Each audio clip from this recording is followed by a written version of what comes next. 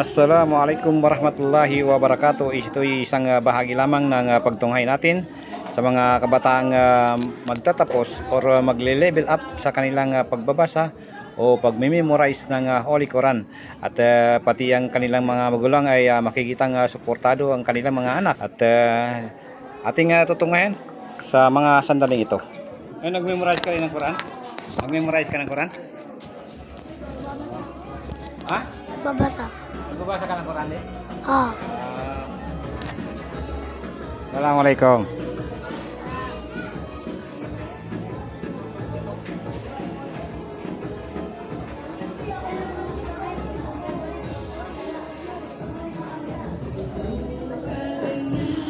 Mga ilang sura na-memorize mo? Ilang sura na? Anim.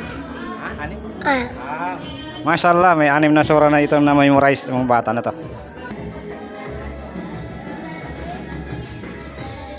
Sa mga murang edad nitong mga kabataan ito ay nagkakaroon na sila ng pagkakataon na may memorize ng Holy Quran. Kahit dumating man ang mga panahon na mawawala na ang mga litra sa mga pahinaan nito, ay nandiriyan ang mga kabataan na nape-preserve ng mga litra ng ating Quran at manatili intact ang lahat ng mga ito. Maraming salamat sa inyong panonood.